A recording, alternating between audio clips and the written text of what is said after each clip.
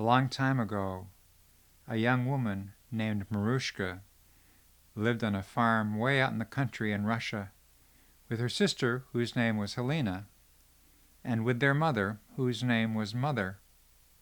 Marushka did all of the work. She'd go out into the woods and she'd cut down the trees and she'd saw them into lengths and she'd chop them into firewood and haul the firewood back home, and she would keep the fire going in the stove, and she would prepare the meals, and she would serve the meals, and she would clear the dishes and wash the dishes, and she planted the garden and tended the garden all summer long and harvested the garden in the autumn, and she scrubbed the floor and she washed the clothes. She did all of the work.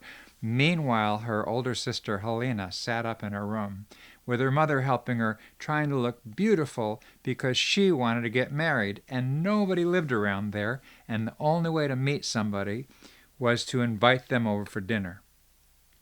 And it seemed like every time Helena and her mother would invite someone over for dinner, the same thing would happen.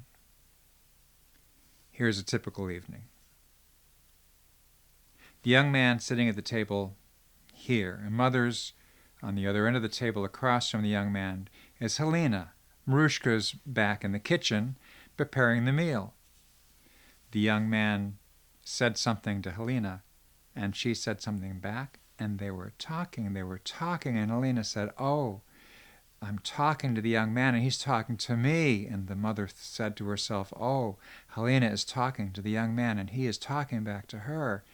And it was just going so well, and then Marushka came out with the 3 plates of food on her arm, and she went around behind the young man, and she laid down the plate for him, and she laid down the plate for Mother, and then went around behind the mother, and as she laid down the plate for Helena, for the first time the young man saw Marushka, and he went, and as Marushka went back into the kitchen, the young man went, "Oh."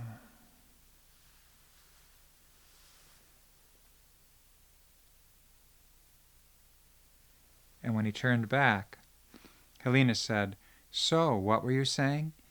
And the young man said, "Sorry, I don't remember." And Helena thought, "It's happened again."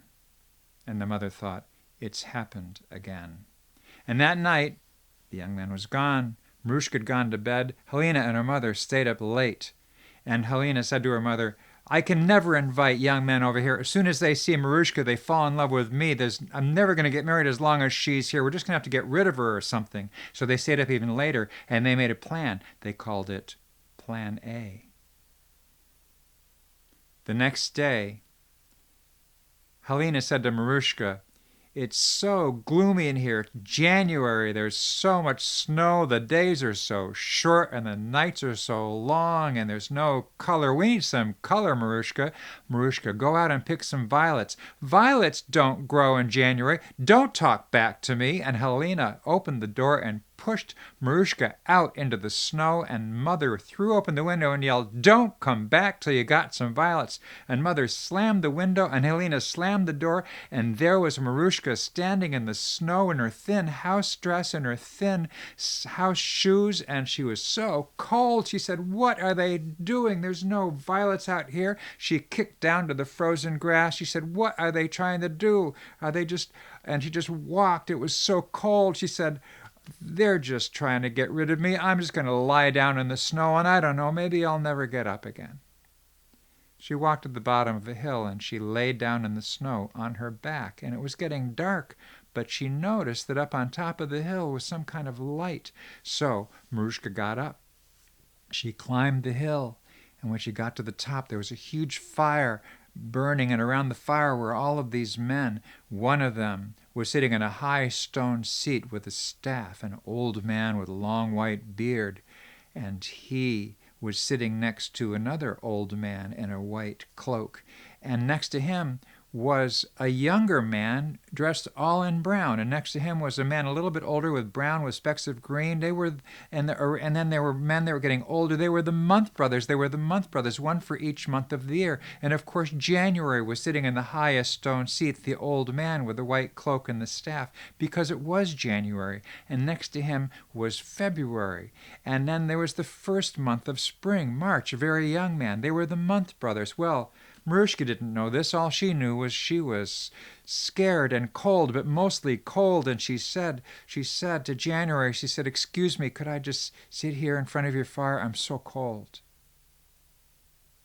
And January nodded.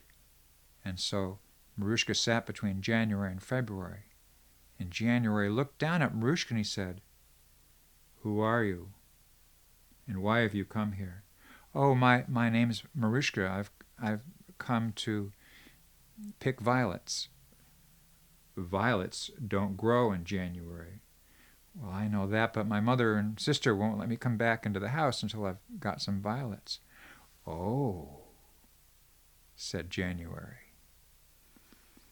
And he picked up his staff and he stood up and he walked behind January.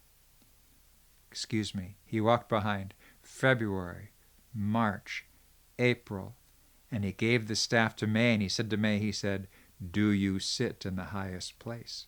And May took the staff, and he walked behind April, March, and February, and he stood in front of January's high stone seat, and he took that staff, and he moved it across the flames like this.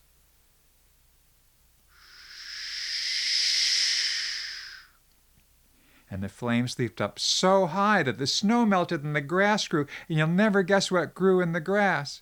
"Violets, violets, thank you," said Marushka, and she picked a whole apronful of violets and ran down the hill and got to the door. Knock, knock, knock. Helena opened the door. "Marushka, where did you get those violets?" "I got them from the Month Brothers." "Never mind, come on and give them to me." So she took the violets and spread them through the house and didn't say another word to Marushka for the whole day.